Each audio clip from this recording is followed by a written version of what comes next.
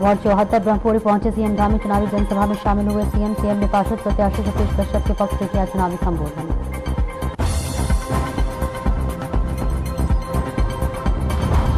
BJP ने श्रीनगर के नगर निगम चुनाव प्रचार में झोंकी ताकत। मेयर पद प्रत्याशी आशा उपाध्याय के पक्ष में सीएम धामी ने जनता से की वोट की अपील।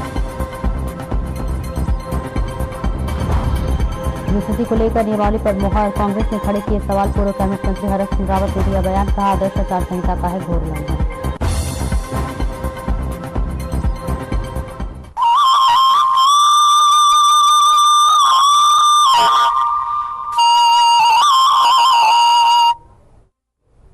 नमस्कार, स्वागत है आपका और मैं हूं आपके साथ सपना दीपक मदेशिया। बुलेटिन का आगाज करेंगे खबर देहरादून से है, जहां पर राज्य मंत्रिमंडल की बैठक यूसीसी की नियमावली को लेकर मंजूरी दिए जाने के कांग्रेस के सवाल खड़े किए हैं। कांग्रेस के वरिष्ठ नेता और पूर्व कैबिनेट मंत्री डॉक्टर हरक सिंह रावत ने कहा है कि सरकार की आदर्श आचार संहिता का उल्लंघन किया गया है।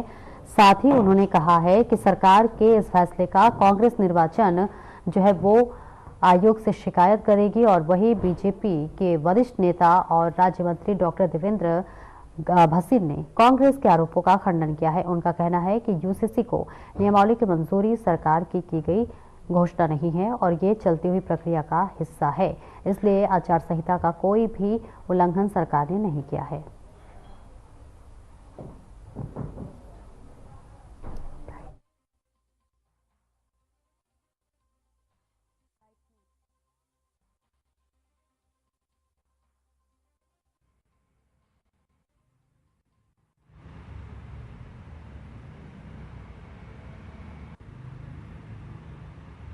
में इस तरह का कानून बनाना ये आचार संहिता का उल्लंघन है, घोर उल्लंघन है। और ये निर्वाचन आयोग को, चुनाव आयोग को देखना चाहिए कि ऐसे में स्वस्थ लोकतंत्र नहीं रह सकता देश के अंदर।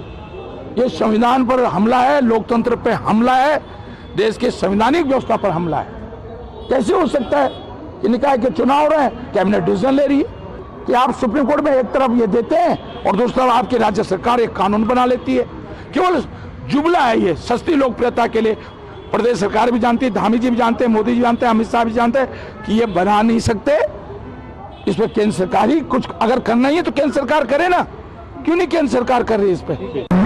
कांग्रेस से यूसीसी को लेकर भारी बौखलाहट में है, जिसमें यूसीसी का ड्राफ्ट चल रहा था, बन रहा था, तो उसमें जो हाई पावर कमेटी थी उसके निमंत्रण के बावजूद कांग्रेस के नेता उनसे मिलने नहीं गए, ना ही अपना कोई विचार उनके सामने रखा। तो ये अपने आप में एक बहुत बड़ा कदम है यूसीसी को प्रदेश में लागू करने का। तो बेहतर होता कि कांग्रेस अगर जहां भी यूसीसी के पक्ष में है तो इसे स्वागत करना चाहिए था, लेकिन कांग्रेस गलत आरोप लगा रही है।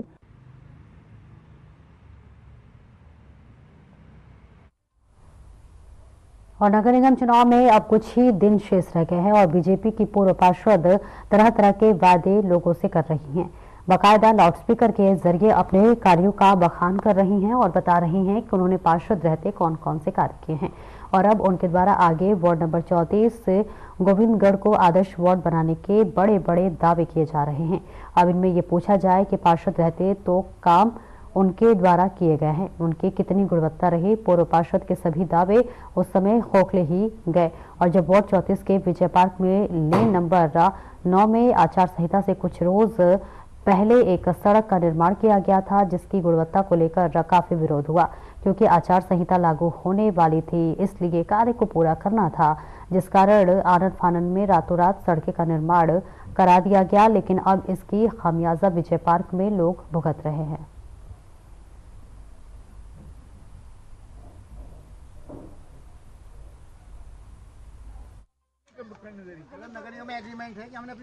ये था कि वो उधर का पानी इधर आया, तो ये तो भौगोलिक स्थिति यहाँ के ऐसी है कि ढाल है, इस यहाँ पे आधे में ढाल है, आधे सीधा है। जबकि यहाँ का उन्होंने इधर को जो सड़क में सड़क की तरफ ढाल दिया है, लेकिन फिर भी उसकी गुणवत्ता वो नहीं है। कहीं पानी खड़ा होता है, कहीं नहीं होता है। आप लोगों ने इसका विरोध किया था? हमने विरोध किया था, लेकिन उस जो पार्षद बनवा रहा था उसने बोला हाँ ठीक करा देंगे, ठीक करा देंगे। ऐसे कहते कहते वो टरका के चला गया। पार्षद कौन?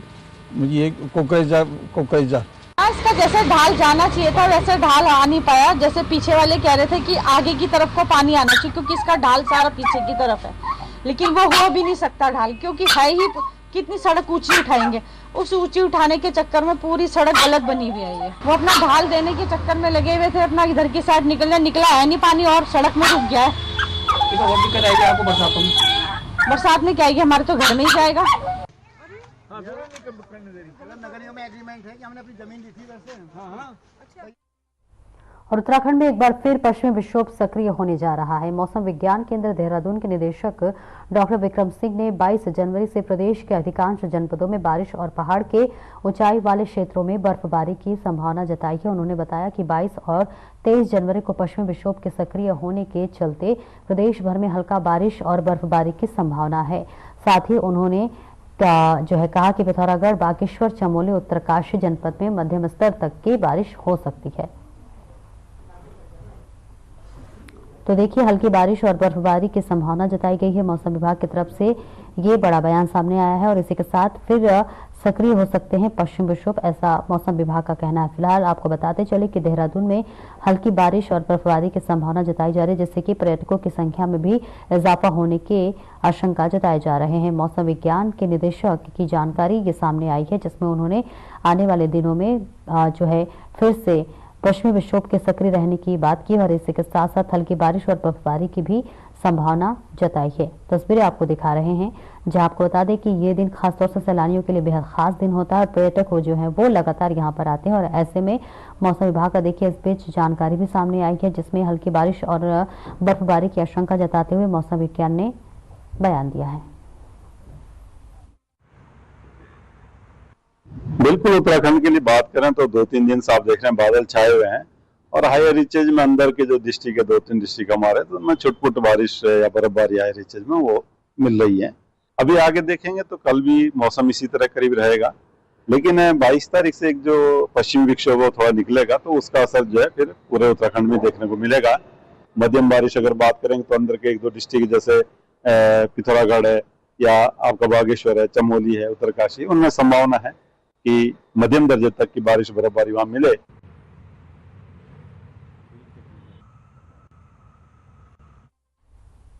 और वही टिहरी गढ़वाल के देवप्रयाग विधानसभा क्षेत्र के नगर पंचायत कीर्तिनगर से कांग्रेस प्रत्याशी रामलाल नौटियाल द्वारा घर घर जाकर चुनाव प्रचार किया गया तथा वोट की अपील की गई। उन्होंने कहा कि कांग्रेस विचारधारा जनहित और विकास की है और कहा कि भाजपा सरकार में भ्रष्टाचार तथा युवाओं में बेरोजगारी बढ़ी है और इसी के साथ साथ नगर पंचायत में तक विकास कार्यों के न होने के कारण ऐसे में जनता परिवर्तन चाहती है। उन्होंने कहा है कि उन्हें अपार जन समर्थन मिल रहा है और ये समर्थन वोटिंग के दिन वोट में तब्दील होकर उनको जीताने का काम करेगा। और इस मौके पर प्रदेश कांग्रेस कमेटी के सदस्य मोहन आनंद डोभाल, वरिष्ठ नेता प्रताप भंडारी, पूर्व प्रधान आशुतोष रावत, नगर अध्यक्ष प्रदीप थपलियाल, दिनेश स्नेही और प्रमोद पवार, जयबीर रावत, मीनाक्षी पोखरियाल आदि की मौजूदगी रही।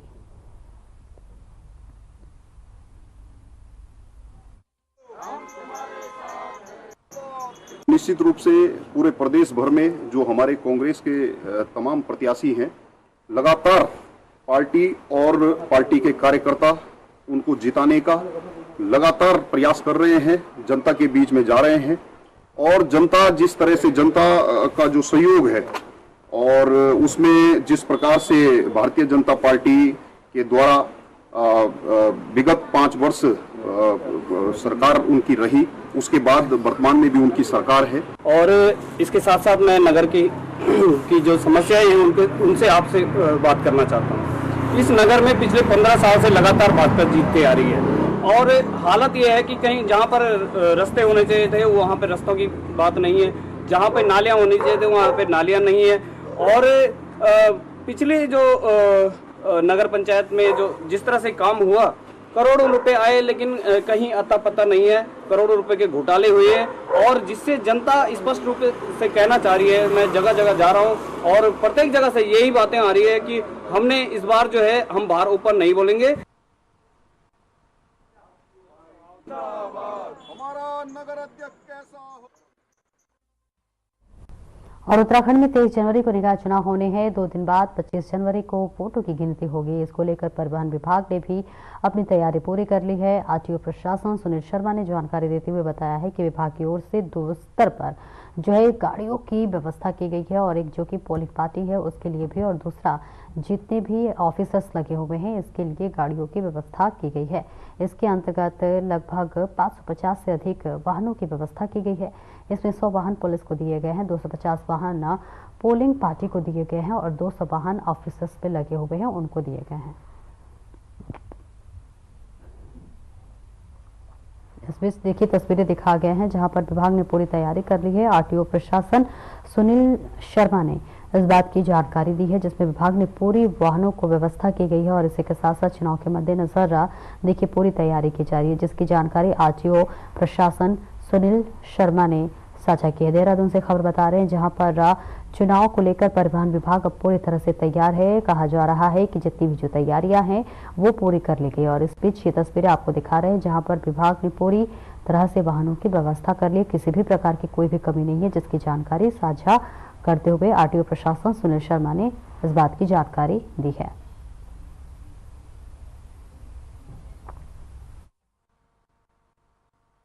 देखिए, जो हमारे नगर निगम और इनके निकायों के चुनाव हो रहे हैं उसके लिए परिवहन विभाग 2 स्तर पर गाड़ियों की व्यवस्था कर रहा है। एक जो पोलिंग पार्टी है उनके लिए, दूसरा जितने भी ऑफिशियल्स लगे हुए हैं चाहे वो सेक्टर मजिस्ट्रेट हो या फिर फ्लाइंग स्क्वाड्स हो उनके लिए गाड़ियों की व्यवस्था कर रहे हैं।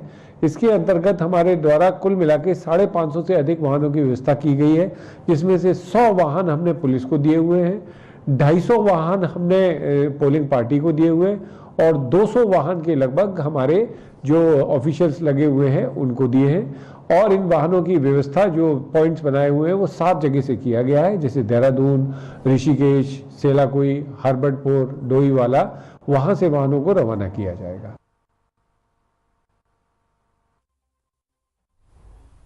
और देहरादून पुलिस ने गोकशी में संलिप्त आरोपियों को मुठभेड़ में गिरफ्तार किया है। आपको बता दें कि देहरादून के बसंत विहार और पटेल नगर थाने में हुई गोकशी को लेकर मुकदमा दर्ज हुआ था, जिसमें एक संदिग्ध ऑटो को रोककर जब सवाल पूछना चाहा तो उसमें से 2 लोग अंधेरे का फायदा उठाकर भाग गए, जबकि एक को गिरफ्तार कर लिया गया है। और इस बीच 2 फरार अभियुक्तों को पुलिस ने जब पकड़ने का प्रयास किया तो उन्होंने पुलिस पर फायरिंग की। जवाबी कार्रवाई में एक के पांव और दूसरे के हाथ में गोली लगी है। दोनों घायल अभियुक्तों को पुलिस ने गिरफ्तार कर मेडिकल के लिए अस्पताल पहुंचाया। तो देखिए इस बीच बड़ी जानकारी आपको दे रहा है जहां पर एक मुठभेड़ हुई है, पुलिस की गोकश में मुठभेड़ हुई है। तस्वीरें आपको दिखा रहे हैं देहरादून से जहां पर पुलिस की ये बड़ी कार्रवाई हुई है, जिससे पुलिस के 7 गोकशों में मुठभेड़ का ये पूरा मामला बता रहे हैं, जहां पर 2 गोकश घायल हो गए। हालांकि उन्हें अस्पताल में भर्ती कराया गया है और उनका इलाज इस वक्त चल रहा है। तस्वीरें आपको दिखा रहे लगातार जो है पुलिस को ये सूचना प्राप्त हो रही थी कि गौ वंश का देखिए अवैध तस्कर किया जा रहा है और ऐसे में देखिए पुलिस ने दबिश देते हुए, तत्परता दिखाते हुए जो है पुलिस के साथ और गोकशी के साथ मुठभेड़ हुआ और इस बीच 2 गोकशी है वो घायल हो गए। हालांकि दोनों को अस्पताल में भर्ती करा दिया गया है जहां उनका इलाज चल रहा है और इसी के साथ साथ अब पुलिस हर तरह से और हर पहलू से जांच पड़ताल करने में जुटी हुई है। तस्वीरें आपको दिखा रहे हैं जहां पर दोनों गोकशी को हॉस्पिटल में भर्ती कराया गया है और उनका इलाज जारी और पुलिस भी पूछताछ करती हुई नजर आ रही है और इस पूरे गिरोह के तह तक जाने की भी पुलिस की तरफ से पूरी कोशिश की जा रही है।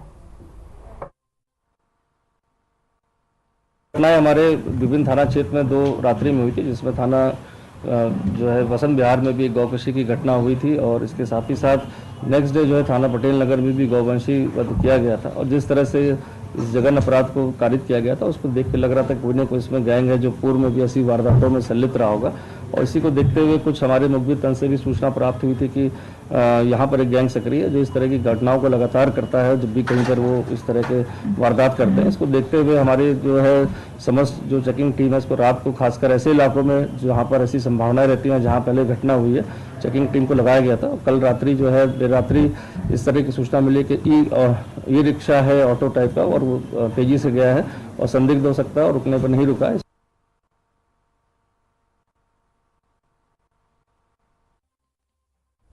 और देवरिया ताल चोपता ट्रैक पर निकले 3 ट्रैकर्स का सफर इस समय खतरनाक हो गया है। जंगल में आग लगने के कारण वे रास्ता भटक गए हैं। डीडीआरएफ और वन विभाग की टीम ने त्वरित कार्रवाई करते हुए 2 व्यक्तियों को ट्रैक पर ढूंढ लिया है और वही तीसरे लापता व्यक्ति की खोजने की जिम्मेदारी एसडीआरएफ ने उठाई है। एसडीआरएफ की टीम ने लगभग 8 किलोमीटर की पैदल सफर तय करके घायल व्यक्ति को घने जंगल में ढूंढ निकाला है। एसडीआरएफ टीम ने घायल व्यक्ति को प्राथमिक उपचार देकर कड़ी मशक्कत करते हुए स्ट्रेचर की सहायता सुरक्षित मुख्य मार्ग तक लाकर उपचार के लिए अस्पताल पहुंचाया।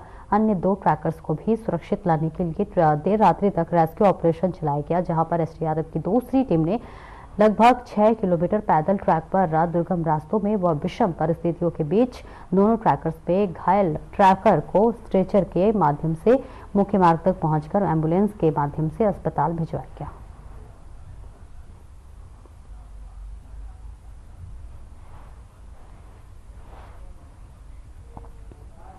तो देखिए तस्वीर आपको दिखा रहे हैं जहां पर जंगल में फंसे हैं 3 ट्रैक्टर और ऐसे में कड़ी मशक्कत के साथ देखिए पेट्रोलिंग की जा रही है, जहां पर उन्हें निकालने की कोशिश की जा रही है। इस बीच तस्वीरें आपको दिखा रहे हैं रुद्रप्रयाग से, जहां एसडीआरएफ ने रेस्क्यू किया है और अब ये बचाव कार्य जारी है, जिसमें सफलता भी प्राप्त हुई, जहां एक ट्रैकर भी घायल हुआ है, ऐसा यह संभावना जताया जा रहा है। फिलहाल इसी के साथ साथ बताते चले कि घायल को उपचार के लिए इलाज में भर्ती कराया गया है। ये बड़ी जानकारी आपको रुद्रप्रयाग से दे रहे हैं, जहां पर जंगल में एक ट्रक घायल हो गया है और जंगल में कुल मिला के 3 ट्रैकर फंसे हुए हैं। हालांकि एसडीआरएफ की टीम पूरी मशक्कत के साथ जो है रेस्क्यू करने में जुटी हुई है। तस्वीरें आपको रुद्रप्रयाग से दिखा रहे हैं, जहां एसडीआरएफ ने रेस्क्यू किया है।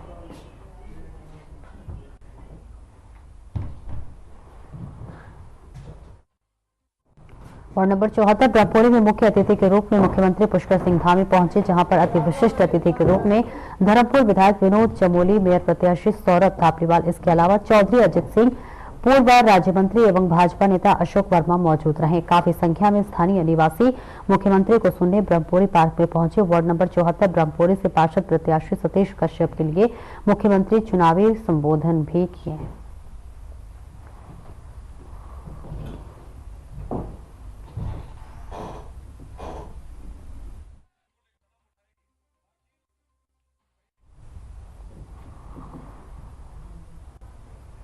उत्तराखंड के मुख्यमंत्री पुष्कर सिंह धामी ने चुनाव प्रचार के आखिरी दौर में नगर निगम श्रीनगर पहुंचकर भाजपा के मेयर पद प्रत्याशी आशा उपाध्याय के लिए वोट मांगी। सीएम धामी के साथ गढ़वाल सांसद अनिल बलूनी भी मौजूद रहे। जनसभा में पूर्व और जनसभा के बाद शहर में भाजपा ने रोड शो भी निकालकर शक्ति प्रदर्शन भी किया। सीएम धामी ने जनसभा में सरकार के विकास कार्यों को गिनाया और साथ ही यूसीसी नियमावली पर कैबिनेट पर मुहर लगाने के बाद सीएम ने जनसभा में कहा कि प्रदेश में यूसीसी का फायदा आने वाले कुछ समय पर ही नजर आएगा और इसी के साथ सीएम ने विपक्षी पार्टी पर भी निशाना साधा। ये हमने किया हुआ अपना वायदा निभाया है। देखिए आज मुख्यमंत्री जी ने नगर में ट्रिपल इंजन की सरकार बनेगी, आशा उपाध्याय जी भारी मतों से रोड बनेगा, यहाँ ट्रिपल इंजन की सरकार बनेगी और इसका विकास 3 महानगर से आगे बढ़ेगा। ये हमने किया हुआ अपना वायदा निभाया है। देखिए आज मुख्यमंत्री जी ने हमारी और उत्तराखंड में निकाय चुनाव को लेकर प्रत्याशी अपनी जीत के लिए एड़ी चोटी का जोर लगा रहे हैं। वहीं अल्मोड़ा जिले के नगर पंचायत अध्यक्ष द्वारा हाट में दर्जा राज्य मंत्री शिव सिंह बिष्ट ने प्रेस वार्ता करते हुए कहा है कि प्रदेश सरकार को जो है कल्याणकारी योजना में लाभान्वित होकर जनता सीएम पुष्कर सिंह धामी के नेतृत्व में उत्तराखंड को विकास के पथ पर आगे बढ़कर कार्य कर रही है।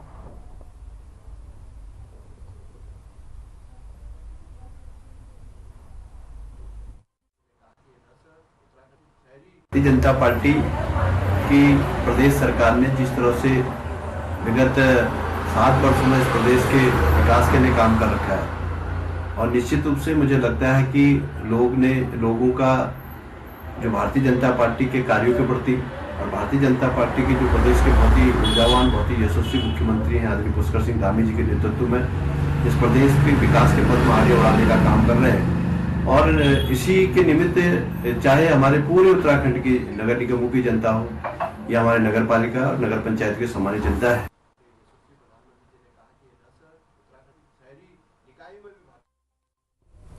अल्मोड़ा में नगर निगम चुनाव प्रचार के अंतिम चरण में पार्टियों का चुनाव प्रचार जारी रहा और इसी क्रम में सोमवार को पूर्व लोकसभा व राज्यसभा सांसद प्रदीप टमटा और इसी के साथ पूर्व विधानसभा अध्यक्ष गोविंद सिंह कुंजवाल ने कांग्रेस प्रत्याशी भैरव गोस्वामी के पक्ष में वोट मांगे और वहां आयोजित कार्यक्रम में अल्मोड़ा विधायक मनोज तिवारी भी मौजूद रहे। प्रोग्राम के दौरान कांग्रेस नेताओं ने बीजेपी पर निशाना साधते हुए कांग्रेस प्रत्याशी भैरव गोस्वामी के लिए वोट की अपील की और इसी के साथ साथ मीडिया से बात करते हुए कांग्रेस नेताओं ने जीत का दावा भी किया। नारे लगाते हैं।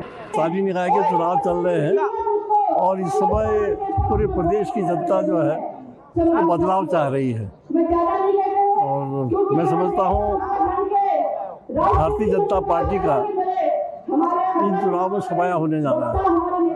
ये सब जगह पिथौरागढ़ में साफ हो रहे हैं, हल्द्वानी में साफ, रेंदाल में साफ, अल्मोड़ा में पीछे जा रहे हैं। मैं देखता हूँ कि अल्मोड़ा सीट में हमारे जो उम्मीदवार हैं बहुत नौजवान है और सामाजिक रूप से उनकी अपनी एक प्रतिष्ठा है। तो मैं लगता हूं कि इन 5-10 सालों में जो हमारे पुराने निवर्तमान चेयरमैन साहब रहे यहाँ पर प्रकाश जोशी, उनके द्वारा जो यहाँ पर एक अच्छे कार्य करके उनको लाभ मिलेगा।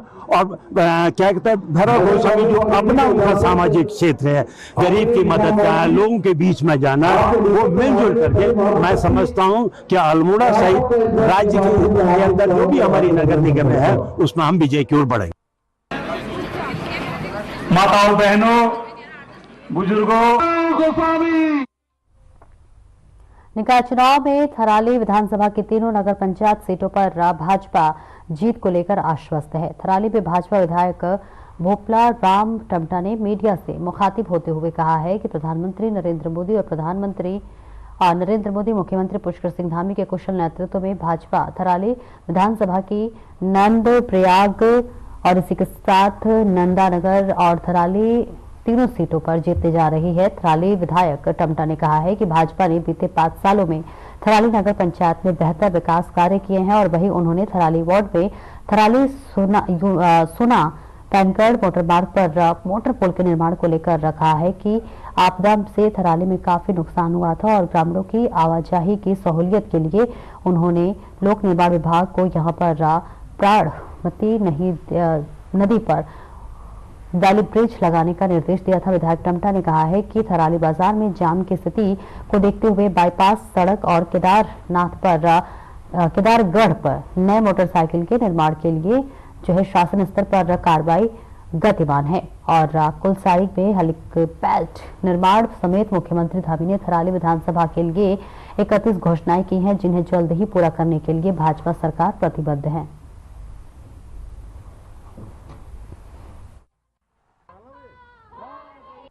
की बात है, मेरी विधानसभा के अंतर्गत नंदप्रयाग, नंदानगर और थराली 3 नगर पंचायत है और मैं लगातार तीनों नगर पंचायतों में प्रचार के लिए अपने लोगों के बीच और नवगठित नंदानगर में बहुत अच्छा माहौल है। नंदप्रयाग में बहुत अच्छी स्थिति में है।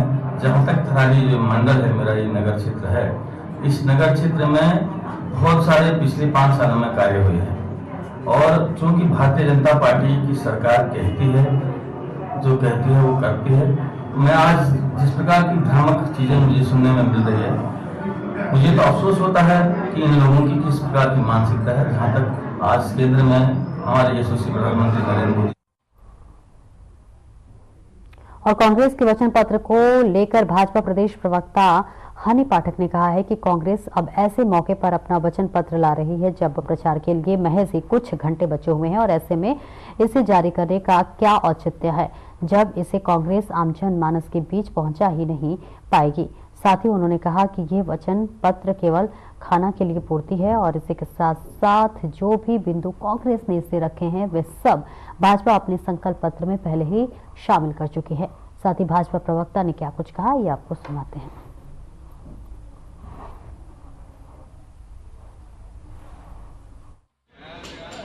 तो वचन पत्र इन्होंने आज जारी किया है वो ये दर्शाता है कि कल चुनाव प्रचार थम रहा है और भारतीय जनता पार्टी ने 2 हफ्ते पहले ही अपना वचन पत्र जारी कर दिया था। जिस हिसाब से ये अपना वचन पत्र मात्र 1 दिन पहले जारी कर रहे हैं वो ये दिखाता है कि जनता के सामने बात रखने वाली कोई बात इनमें है ही नहीं वो अपने चुनाव को लेके भी सीरियस नहीं है, वो अपनी कर्मठता को लेके भी सीरियस नहीं है। और जो वचन पत्र में इन्होंने बातें कही हैं वो तो सारी भारतीय जनता पार्टी के ही बिंदुओं को ली हुई बातें हैं। वो इस तरीके से करके और बातें बढ़ा चढ़ा के बोलकर लोगों को भ्रमित करने का प्रयास कर रहे हैं, उसके सिवाय कुछ नहीं कर रहे हैं।